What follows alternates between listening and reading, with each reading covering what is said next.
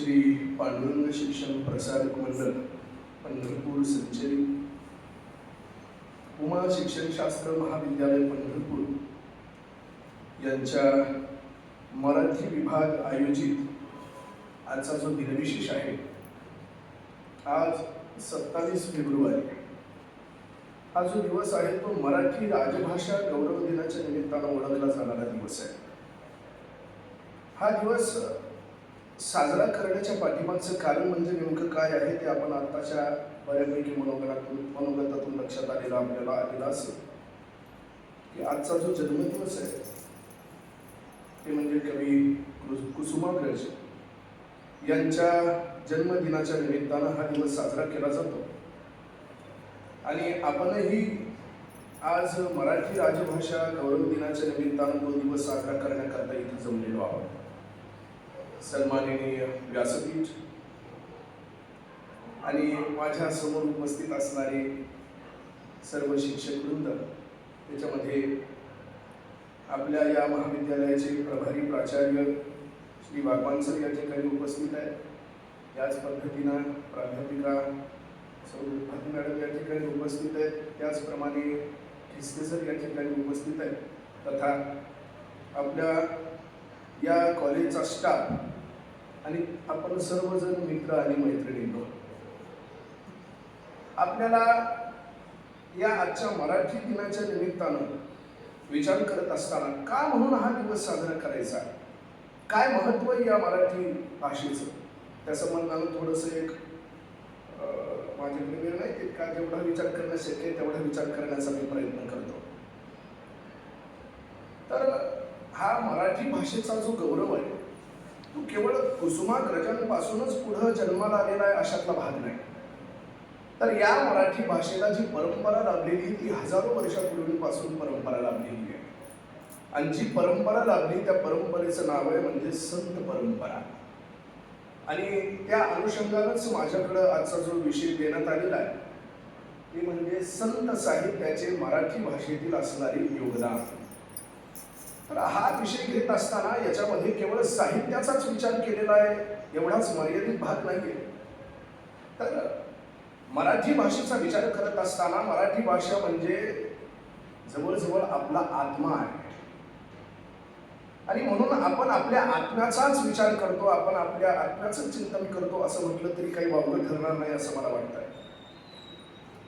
कारण पूर्वीचा जर काळ आपण इतिहास वगैरे पाहिला तर 13व्या शतकापासून आता या भारतावर अनेक जणांनी आक्रमण केली आणि त्याही काळामध्ये या मराठी भाषेनं तग धरत असताना याला बरेच प्रतिबंध, बऱ्याच अडचणी सहन कराव्या लागलेल्या आहेत. त्याच्यामध्ये आमचे ज्ञानोबा आहे, ज्यांच्या पवित्र अशा ग्रंथाचं आपण आताच या कार्यक्रमाच्या सुरुवातीला पूजन केलं. ती श्री संत ज्ञानेश्वर महाराजांची ज्ञानेश्वरी या ठिकाणी ठेवण्यात आलेली आहे. ज्ञानोबा त्या ज्ञानेश्वरीच्या माध्यमातून असं सांगतात, माझा मराठाची बोल कौतुके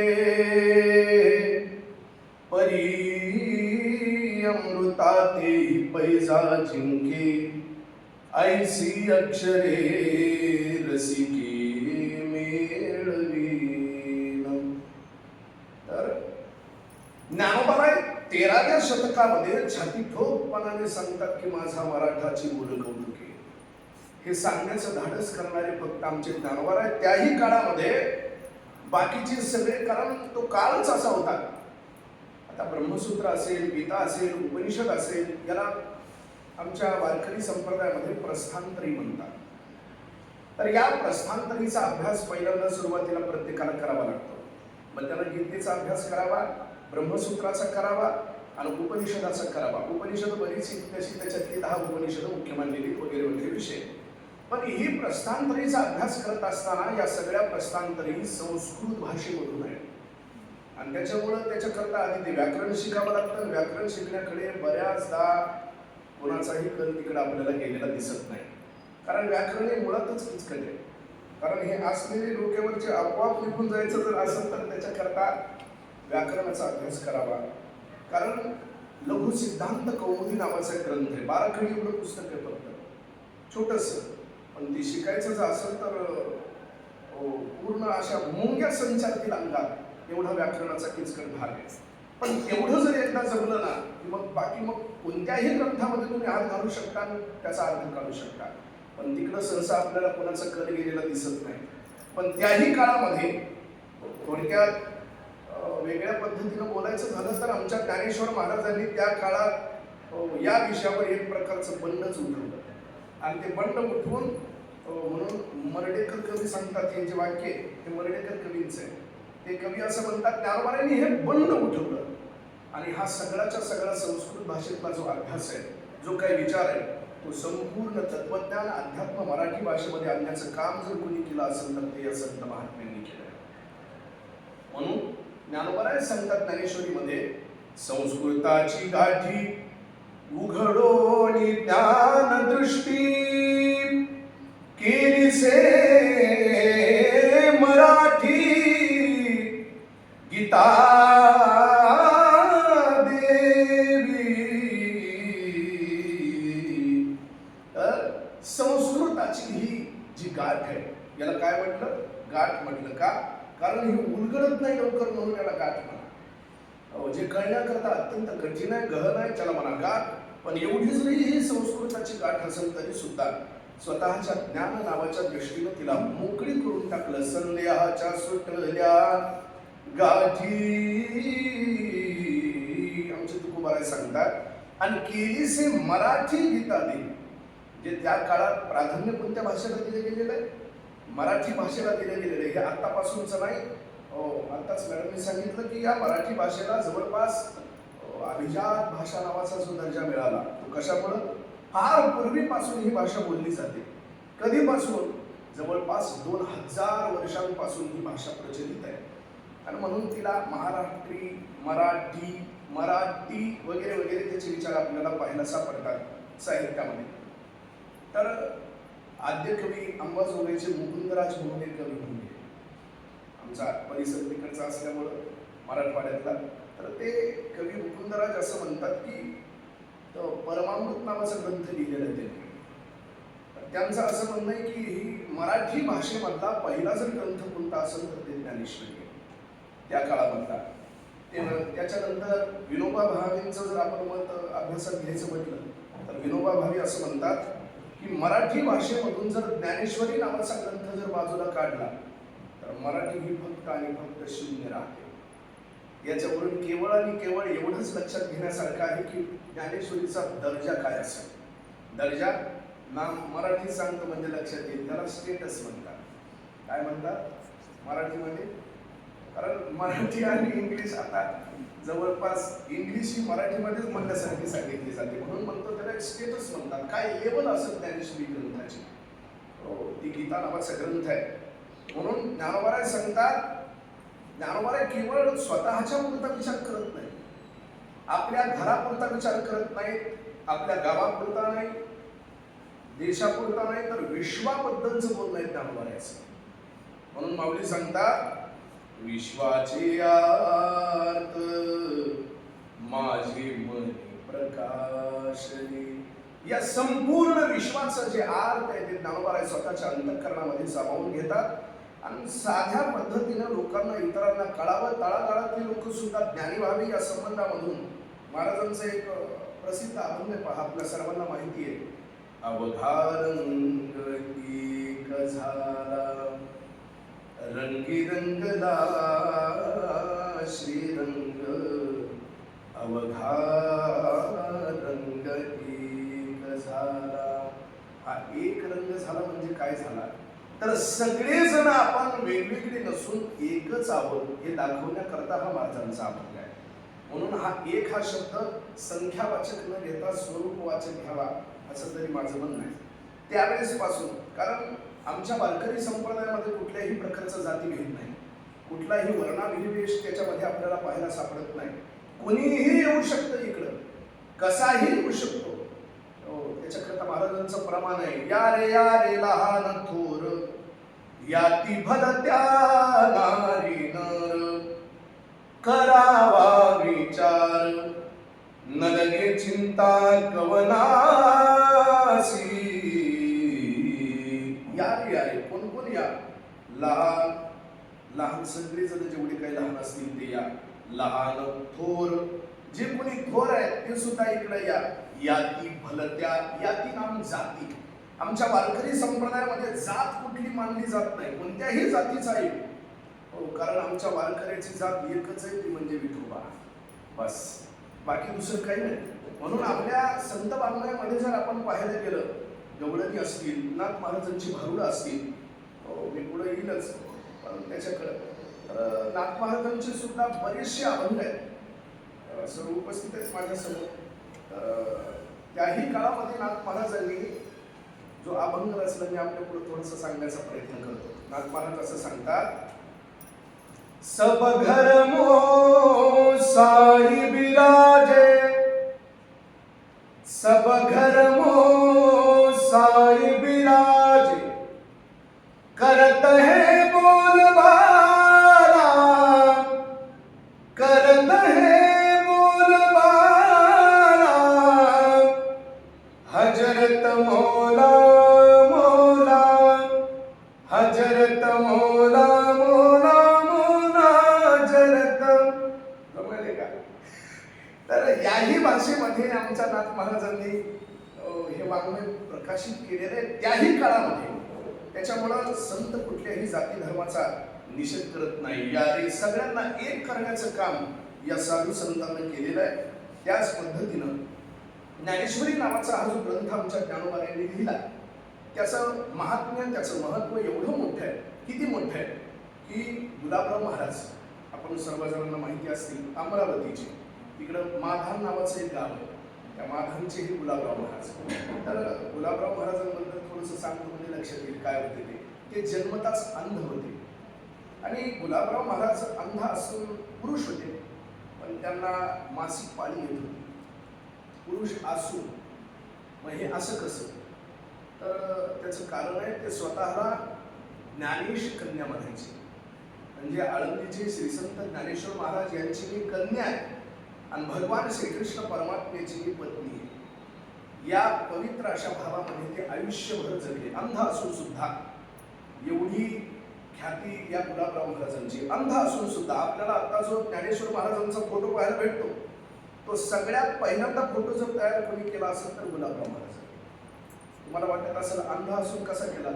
तर ते अंध जरी असले तरी स्वतःच्या अंतःकरणामध्ये ज्ञानोबा कसे दिसत असतील ते स्वतःच्या हातानं बाहेर रेखाटलं. मग आपल्याला आता ही प्रत जी बाजारात पाहायला भेटते, ज्ञानोबा कोणी बघितलेत का? तर ते गुलाबराव महाराजांना पाहिजे. म्हणून हे अशा पद्धतीचे दिसतात. तर ते गुलाबराव महाराज म्हणजे एकेका त्यांचा प्रसंग आहे. ज्ञानेश्वर महाराजांच्या समाधीला अभिषेक घालण्याकरता एक जण आले आणि अभिषेक करत असताना दही दूध वगैरे टाकलं जातं, त्यांच्या हातात अंगठी होती. ते अभिषेक करत असताना ही अंगठी ज्ञानोबांना लागते अशा प्रकारचं गुलाबराव महाराजांनी त्यांना सांगितलं. एवढा अधिकार श्रेष्ठ असणारे गुलाबराव महाराज, त्यांचं तत्वज्ञान आपल्याला पाहायला सापडतं. मला वाटतं इथं असेल, आपल्या लायब्ररीमध्ये सुद्धा पाहायला भेटेल. बरेचसे पुष्कळ 200-300 ग्रंथ संपदा गुलाबराव महाराजांची. पाहिजे तेवढं थोडंच आहे, पण तर तिकडे कोणी जात नाही, आपलं एवढंच एक वाईट आहे. तर त्या गुलाबराव महाराजांनी असं सांगितलंय की ज्या वेळेला या विश्वातले सगळे धर्म लयाला जातील, मी काय बोलतो लक्षात घ्या, सगळे धर्म ज्या वेळेला लयाला जातील त्यावेळेस एकच धर्म शिल्लक राहील, तो म्हणजे मानवता नावाचा धर्म. आणि मानवता नावाचा धर्म शिल्लक राहिल्याच्या नंतर त्यावेळेस समाजाला सावरण्याकरता एका नवीन कोणत्या तरी ग्रंथ निर्मितीची अपेक्षा करण्याची गरज नाही. तुम्हाला जर चांगलं व्यवस्थित राहायचं असेल तर त्याच्याकरता फक्त ज्ञानेश्वरी नावाचा हा ग्रंथ घ्या, म्हणजे सगळंच सगळं टिकून राहील. हे सांगण्याचं काम त्यावेळेस गुलाबराव महाराजांनी केलेलं आहे. सर्वांना एकत्रित आणण्याचं काम. म्हणून ज्ञानेश्वरीमध्ये नुसती ज्ञानेश्वरी नाही, त्याच्यामध्ये काय काय संबंध आहे तुम्हाला सांगू. किती भाषा असतील आमच्या ज्ञानेश्वरीमध्ये? 56 भाषेचा केलासे गौरव. आपण आता गौरव साजरा करतो आपल्या मराठी राजभाषा दिनाचा, पण किती भाषा आमच्या ज्ञानेश्वरी? 56 भाषेचा, जवळपास 56 भाषा आहे. आता त्या भाषा कोणत्या, काय साहित्यकारांनी त्या काढून दाखवलेल्या आहेत. या 56 भाषा या ज्ञानेश्वरीमध्ये आलेल्या आहेत म्हणून. पण काही ठिकाणी भाग असा आहे, काही जण म्हणतात संपन्न भाषेचा केलासे गौरव. आता हे पाठभेद आहेत वगैरे वेगवेगळे प्रिंटिंग मिस्टेकनुसार, कुणाची काय मत आहेत, कुणाची काय मत आहेत, हे मतावरच एकमेकांमध्ये भांडणं करतात. मुद्दा राहतो बाजूला. आणि हे म्हणतात आमचं हे मत आहे, आमचं ते मत आहे. असं आपल्याला काय करायचंय, मूळ मुद्दा नेमका कोणता आहे? 56 भाषेचा. बरं, आता या 56 भाषा म्हणजे वेगवेगळ्या गौरव आहेत असा जरी विचार तुम्ही केला तरी सुद्धा मला असं म्हणायचंय, माझ्या मनातला एक भाग, तर या भाषांना सुद्धा गौरव प्राप्त होण्याचं कारण म्हणजे काय असेल तर ज्ञानोबांनी या 56 भाषेला आमच्या ज्ञानेश्वरीमध्ये स्थान दिलंय, म्हणून या 56 भाषेचा गौरव बाहेर झालेला असला पाहिजे, अन्यथा नाही. कारण ज्ञानोबांनी त्याला हात लावला. अरे ज्ञानोबांना हात लावल्यावर रेडा बोलतो महाराज, इथं भाषेचं काय घेऊन बसलाय? भाषेला स्वतःचं गौरवत्व अभिजातत्व प्राप्त होण्याकरता म्हणून ज्ञानोबाचा मुखाचा स्पर्श आणि लेखणीचा स्पर्श झाला, म्हणून 56 भाषेचा. कारण ये मराठीची ये नगरी ब्रह्मविद्येचा सुकाळू करी, घेणे देणे सुखाची वरी होऊ दे जगा. महाराज ही ज्ञानोबांची उभी. ज्ञानोबा सांगतात ये मराठीची ये नगरी. या मराठीच्या नगरीमध्ये काय केलं? ब्रह्मविद्येचा सुकाणू करी. ब्रह्मविद्या जिला अपराविद्या म्हणतात, परापरेच्या सुद्धा पलीकडे असणारी ती अपराविद्या, जी आपल्याला शब्दामधून प्रकट करता येत नाही, ज्या ठिकाणी शब्दही पोहोचू शकत नाही. नवे नवे ज्ञानोबा सांगतात मनाची नखी न लगे, जेथ बुद्धीची दृष्टी न निगे, ते इंद्रिया कीर जोगे काय होईल. ज्ञानोबा सांगतात, पहा विचार कसा असेल ज्ञानोबाचा. मनाचं नख काय म्हणतात ज्ञानोबा, मनाचंच नख तयार केलं. मनाचं नख सुद्धा जिथपर्यंत पोहोचू शकत नाही अशी ती ब्रह्मविद्या आहे, असं ते ज्ञान आहे. पण त्या ब्रह्मविद्येचा सुकाळ या मराठी भाषेमधून करण्याचं अलौकिक अशा प्रकारचं कार्य जर कोण केलं असेल तर ते संतांचं मोठं अशा प्रकारचं श्रेष्ठ असणारं योगदान आहे या मराठी भाषेतलं. असं म्हटलं तर काही वावगं ठरणार नाही. याच्या उलट महाराज अर्थ बोलाची वाट पाहे. ज्ञानोबाच्या मुखातून शब्द एकदा बाहेर निघावा आणि शब्द बाहेर निघाल्याच्या नंतर निघण्याच्या अगोदर तो अर्थ अशी वाट पाहायचा की आता कोणता शब्द बाहेर येतो आणि मी या शब्दाचा अर्थ नेमका काय करू असा विचार कोण करायचं? माणूस नाही, त्या शब्दाचा अर्थच असा विचार करायचा की आता मला कोणत्या पद्धतीनं प्रकट व्हायचंय समोर. व परत त्याच पद्धतीनं जयाने घातली मुक्तीची गवादी, मिळविली मांदी वैष्णवांची. जयाने घातली मुक्तीची म्हणजे मोक्षाची गवादी. नाम गवादी म्हणजे काय? गवादी म्हणजे अन्नसत्र. गवादी कशाला म्हणतात? अन्नसत्र जे भांडार जिथे चालू असतो त्याला म्हणतात गवादी. तर काय केलं ज्ञानोबांना? जयाने घातली मुक्तीची गवादी, मोक्ष असा वाटत फिरले आमचे ज्ञानोबा. कसा? फुकट. फुकट याच्याकरता काही पैसा खर्च करण्याची गरज नाही, तप साधना करण्याची गरज नाही. फक्त एकच आहे, वारकरी व्हा, पंढरपूरला या संत वाङ्मयाचा आधार घ्या आणि एवढं जरी केलं तुम्ही तरी सुद्धा मग तुम्हाला सगळ्यांना या अन्नसत्राचा लाभ घेतल्याशिवाय राहणार नाही. मिळविली मांदी वैष्णवाची हे ज्ञानोबांनी केलं. जरा विचार करा, ज्ञानोबांनी तुकोबाराच्या आधीचं जग कसं असेल? त्याच्याही आधी जर जायचं म्हटलं आपल्याला, प्रभू रामचंद्र जन्माला येण्याच्या आधीचं जग कसं असेल? विचार करायला काय? बरं, त्यावेळेला म्हणजे राम शब्द कधी अस्तित्वात आला? रामाचा अवतार झाल्याच्या नंतर कळाला राम म्हणजे काय. म्हणजे त्याच्या अगोदर राम राम असं नव्हतं. हे कधी आलं राम राम? हे रामाचा अवतार झाल्याच्या नंतर आलं. भगवान श्रीकृष्ण परमात्मा ज्यावेळेस अवताराला आले त्यावेळेला कळालं जगाला प्रेम काय असतं. कारण त्याच्या अगोदर प्रेम कसं असतं, कुणावर केलं जातं काही माहित नव्हतं लोकांना. म्हणजे याचा जर विचार केला आणि ज्ञानोबा तुकोबाराच्या आधीचा जगाचा विचार केला तर ज्ञानोबा तुकाराम हे भजनच अस्तित्वात नव्हतं. कारण ज्ञानोबा तुकोबाराचा अवतारच झालेला नव्हता. म्हणून फार पूर्वी जर आपण पाहत गेलो हे तर आपल्याला असं प्रकर्षानं जाणवतं. आणि त्याही काळामध्ये या मराठी भाषेला लोकभाषेचा दर्जा जर कोण दिला असेल तर आमच्या या संत महात्म्यांनी दिला. हे विशेष अशा प्रकारचं संतांचं योगदान आहे. मग कशाच्या माध्यमातून? या ओव्या आहेत. मी ज्या ओव्यांच्या संबंधाने आपल्या समोर आता बोललो, काही प्रमाण आहेत महाराजांची, काही अभंग आहेत. काही भारुड आहे. साधी सुबोध असणारी, लोकाभिमुख असणारी ही भाषा, तिला राजभाषेचा दर्जा प्राप्त करून दिला या संत महात्म्यांनी. मराठी शब्द संपत्तीची समृद्धी जर नेमकी काय असेल तर ती ज्ञानेश्वरी.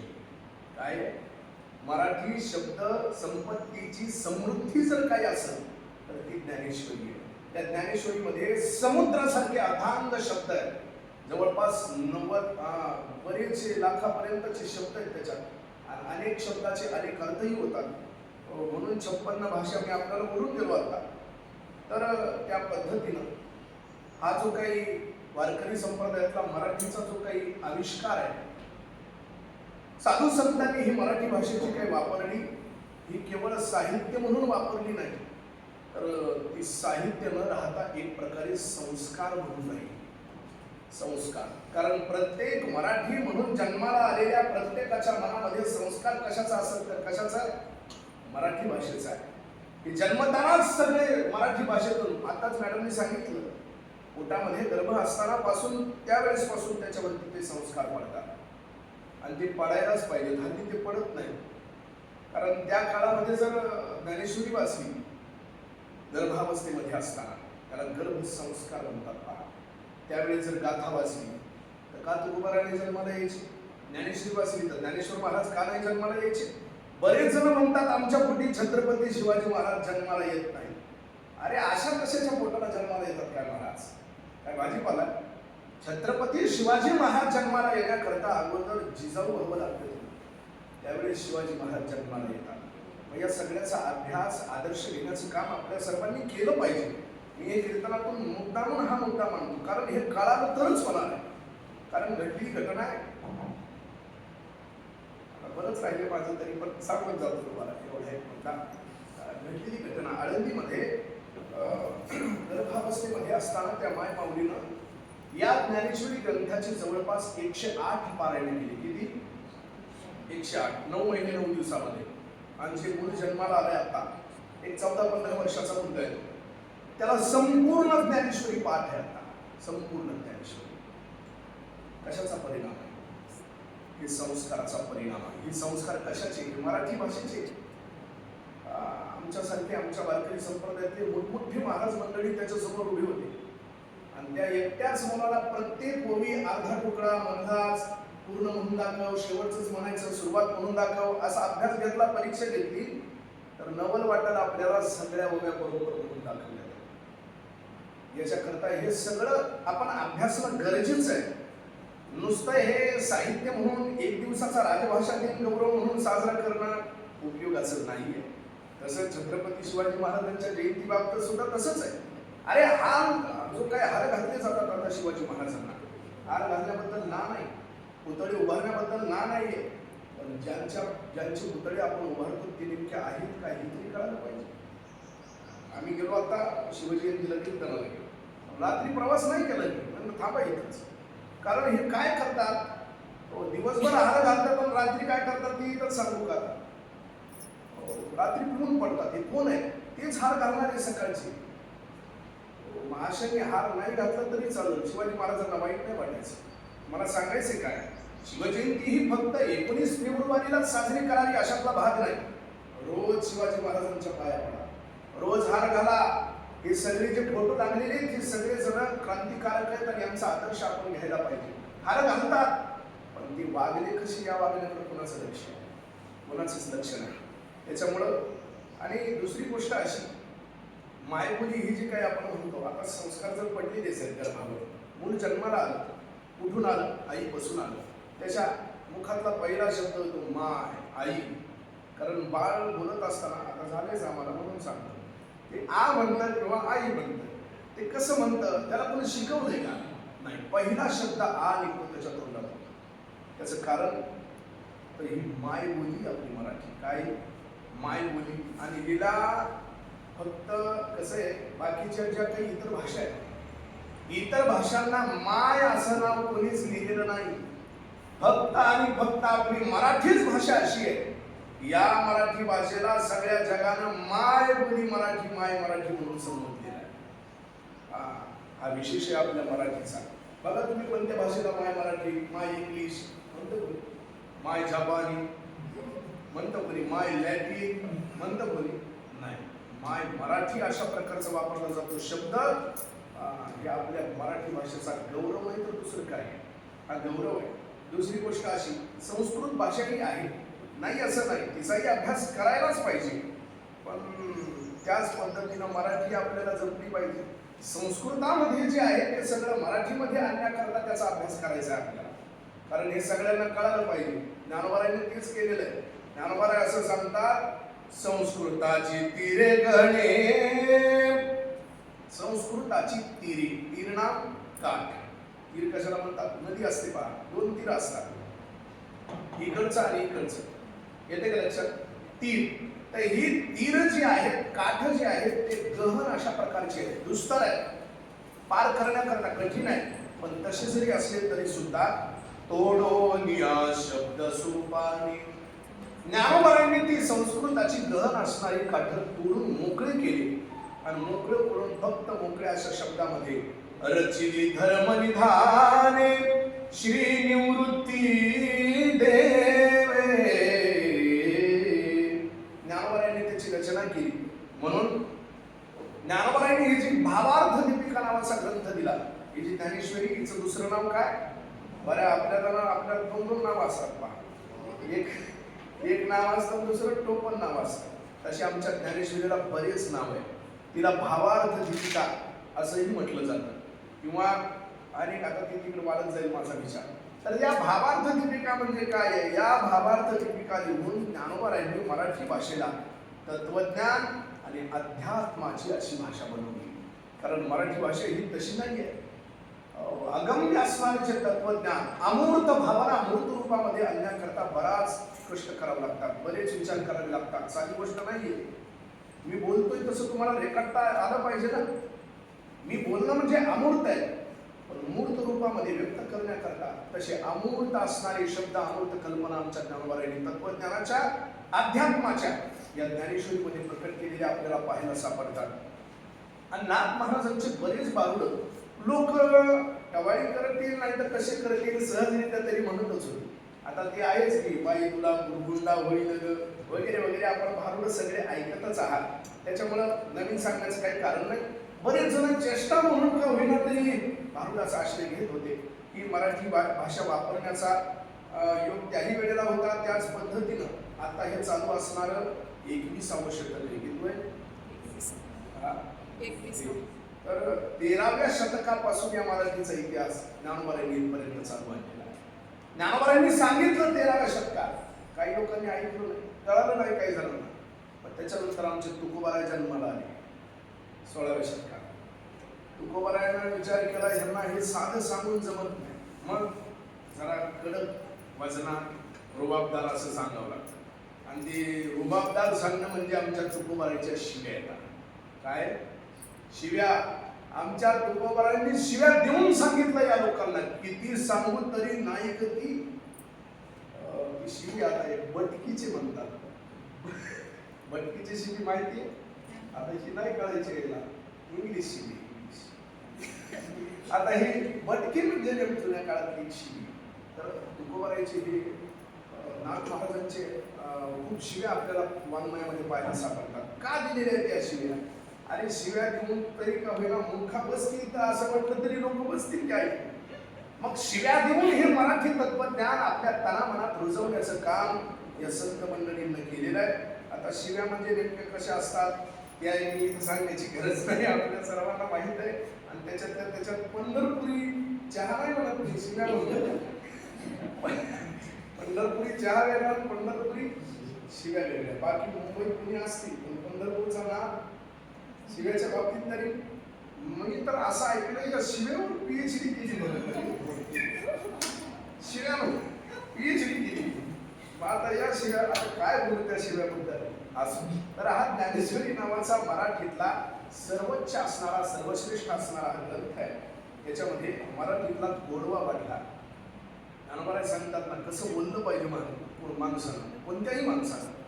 साचानी मवाळ मिटले आणि रसाळ, शब्द जैसे कल्लोळ अमृताचे. कसा पाहिजे शब्द? साचा आणि मवाळ, शुद्ध शब्द पाहिजे, मवाळ भाषा लागते. त्या शब्दाला सुद्धा मऊपणा आणण्याचं काम आमच्या ज्ञानोबारांनी केलंय. आता भ्रमर आहे ना, सुगंध हा शब्द कसा पुल्लिंगीमध्ये वापरला जातो, ती सुगंध म्हणतात का तो सुगंध म्हणतात?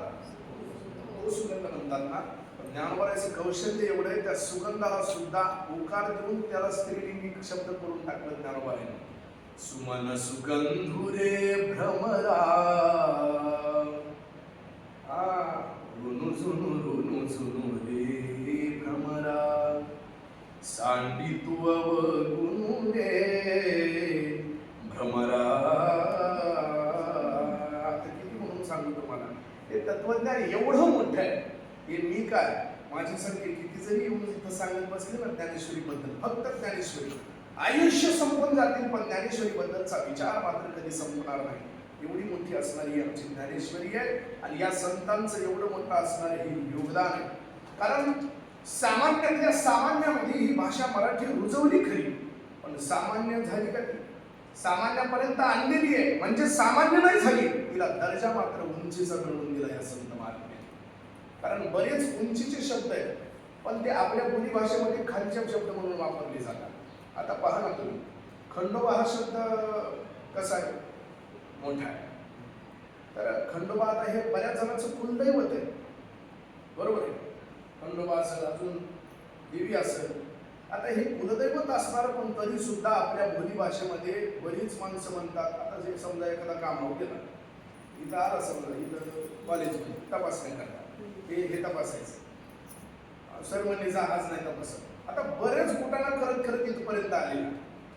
मग असं निराश होऊन घरी एकदा केलं की घरच्यांनी विचारलं, बाबा काय झालं तुला, कोण एवढं पाडलं? नाही मला झाला खेळ खंडोबा झाला. आता हे खेळ खंडोबा म्हणजे खंडोबा लहान आहे का? खंडोबा नावाचा शब्द मोठा आहे पण बोली भाषेत वापरत असताना खालच्या दर्जाला आणून ठेवलेला आहे की नाही. मग परंतु तसं मात्र आमच्या मराठी भाषेबद्दल झालं नाही. जनसामान्यांपर्यंत आली पण असामान्य अशा प्रकारचं कर्तृत्व आमच्या संत महात्म्यांनी या मराठी भाषेला दिलेलं आहे. म्हणून एवढंच नाही, ही मराठी भाषा फक्त महाराष्ट्रापुरती मर्यादित नाही, पंजाब पर्यंत नेऊन पोहोचवली आमच्या संत महात्म्यांनी. कुठपर्यंत? पंजाबपर्यंत. श्री संत नामदेव महाराज यांचं नाव आहे. नामदेव महाराजांनी पंजाबमध्ये घुमान नावाचं एक गाव आहे, त्या घुमान या गावामध्ये आपल्या या मराठी भाषा गौरवाचा झेंडा तिथं लावला. कारण दुसऱ्याच्या इलाक्यात आपला झेंडा लावण्याकरता तितकं सामर्थ्य पाहिजे अंगात. उगाच छत्रपती शिवाजी महाराजांनी झेंडे नाही लावले, भगवे कुठेही लावले ना, त्याच्याकरता दम लागतो अंगात. तितका दम, तितकी संपन्नता, तितकी समृद्धी आपल्या मराठी भाषेमध्ये असल्यामुळं आजही नामदेव महाराजांनी जे काही वाङ्मय लिहिलेलं आहे त्या वाङ्मयातले जवळपास 61 अभंग आपल्याला शिखांच्या गुरुग्रंथ साहिबमध्ये लिहिलेले पाहायला सापडतात. गौरव नाही तर काय, हे संतांचं योगदान नाही तर काय. 61 अभंग. अरे तिथं आज जरी तुम्ही तिथे गेले शिखांच्या तिथं दर्शन घेण्याकरता, त्याला काय म्हणतात? गुरुद्वारा. गुरुद्वारामध्ये जायला हे असं जमत नाही, ते भाला घेऊनच येतात. तुम्ही बघा जाऊ, लोक असं उघडं जमत नाही, त्याच्याकरता झाकलेले लोक पाहिजे. मग तुम्ही टोपी घाला नाही तर रुमाल घाला, काही घाला. तिथं सुद्धा आपल्या वारकरी धर्माचा झेंडा फडकलेला आहे हे मात्र विसरू नका. तीही आपल्याला तितकंच म्हणतात. म्हणजे नामदेव महाराजांनी पंजाबमध्ये मराठीचा हा झेंडा लावलेला. त्याच पद्धतीने आमच्या नाथ महाराजांनी पहिलं मराठीतलं रामायण तयार केलं. पहिलं रामायण हे कसं वाल्मिकींनी रचलेलं आणि ते आता सगळं संस्कृत भाषेमध्ये सगळं ते कळणार आहे का? पण आमच्या नाथ महाराजांनी पूर्ण परिपूर्ण अशा पद्धतीचं, त्याला भावार्थ रामायण म्हणतात. आमच्या इथं पंढरपुरात आमच्या मठात 4 महिने ही भावार्थ रामायणाची कथा चालते. यावर्षी सांगण्याचा प्रयत्न केला होता मी थोडासा. एवढे भाव काढले त्याच्यामध्ये नाथ महाराजांनी. अरे बाप, कितीही शिकलेला असला तरी गोंधळून गेल्याशिवाय राहत नाही, असे भाव त्या काळात काढलेले. आता जरा भावच जास्त झाले, पण मधले भाव मात्र कमी झाले. मधले म्हणजे अरे परमार्थाकडे येणारे भाव सुद्धा कमी झालेत. आजकाल नवतरुण मंडळी कुठं परमार्थामध्ये येताना दिसतात का? आता हे आमचं तर, आम्हाला आमचा जन्मच त्या घराण्यात आहे, आम्हाला ते करावंच लागणार आहे, याच्याशिवाय गत्यंतर नाही आमचं, कारण त्याच्यातच आमचं सगळं आहे. पण बाकीच्या सगळ्या जणांनी इकडे येण्याकरता ते झालं पाहिजे, पण येत नाहीत ना, त्याचं काय? आता बरेच जण म्हणतात कीर्तन आहे, चल बाबा भजनाला बसू. ते काय म्हणतात नाही त्याचा अभ्यास आहे, त्याची परीक्षा आहे असं म्हणून टाळल्या जातात. आणि हेच पुन्हा शिकून मोठे झाले, दुसरीकडे नोकरीला गेले, यांना सांभाळायला येत नाही.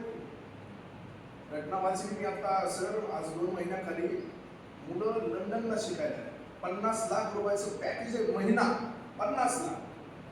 आणि मुलगाही आहे, मुलगी आहे. आणि मायबाप घरामध्ये कधी म्हणून पडली तेही माहीत नाही. बाप म्हणून 20 दिवस झाले आणि आई म्हणून 40 दिवस झाले. एकाच घरात फ्लॅट बंद आहे. ते फ्लॅट ते वास सुटल्याच्या नंतर मग ती नगरपालिकेची माणसं आली, डॉक्टर आले, त्यांनी फोन केला, अरे बाबा हे असं असं झालंय. त्यावेळेस असं सांगितल्याच्या नंतर ती मुलं काय म्हणायला लागली माहिती आहे तुम्हाला?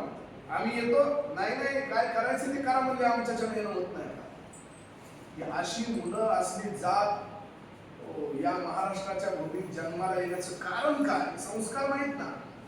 मराठी भाषेचे योग्य संस्कार, वारकरी संप्रदायाची शिकवण पाहिजे. कोणताही कीर्तनकार असो नाही तर या वारकरी संप्रदायातला कोणी असो, मायबापाची सेवा करणार म्हणजे करणार. पण एकदा जर नोकरीला लागलेली ज्याच्यावर वारकरी संप्रदायाचा थोडासाही संस्कार नाही, आज ते माणसं काहीही करू शकत नाही, सेवाही करू शकत नाही, तर काहीच करू शकत नाही.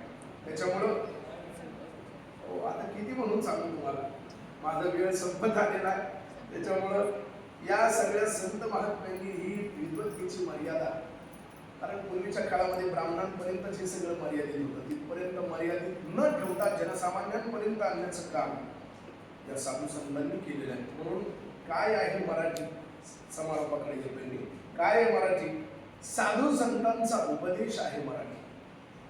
सह्याद्रीच्या उरावरील साज आहे मराठी. शिवरायांच्या उपकाराची जाणीव आहे मराठी. भीमरायानं बहाल केलेली माणुसकी आहे मराठी. कित्येक साहित्यिकांच्या संघर्षाने समृद्ध झालेली वाणी आहे मराठी. मराठी फक्त भाषा नाही तर माय आहे मराठी. या भव्याचा दगदगता स्वाभिमान आहे मराठी. म्हणून आपण सर्वजणांनीच हे म्हणायला पाहिजे, लाभले आमास भाग्य बोलतो मराठी. जाहलो खरेच धन्य ऐकतो मराठी. धर्म पंथ जात एक जाणतो मराठी. एवढ्या जगात माय